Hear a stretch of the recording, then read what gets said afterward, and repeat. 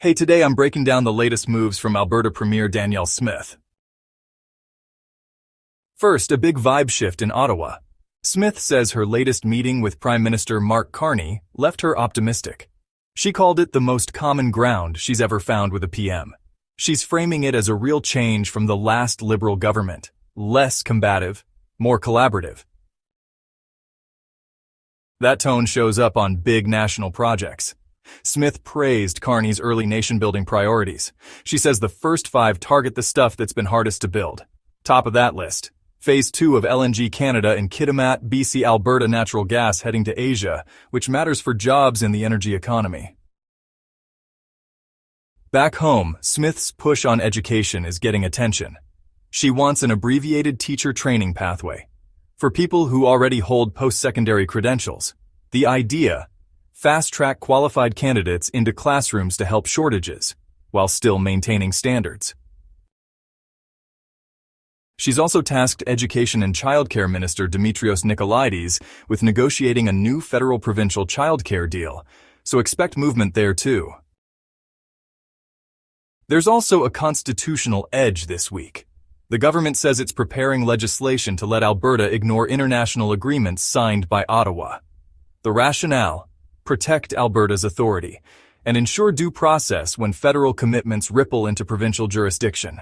Critics will see federal-provincial friction. Supporters will call it drawing a line. We'll watch the bill text closely when it lands.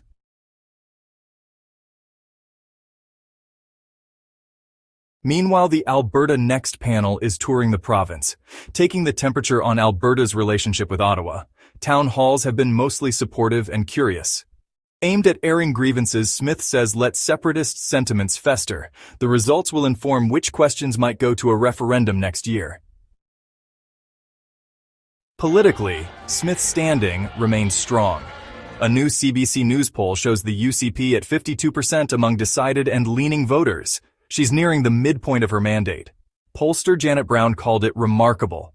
2 years in, and she's still in a honeymoon phase with many voters. Zooming out, softer tone with Ottawa. Applause for big infrastructure. A fast-track idea for teachers. A potential constitutional fight over international deals. Grassroots town halls shaping next year's ballot questions. Polling that still breaks her way.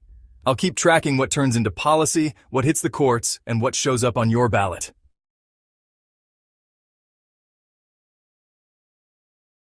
If you want a deeper dive into the teacher pathway or the proposed legislation, drop a comment with your questions.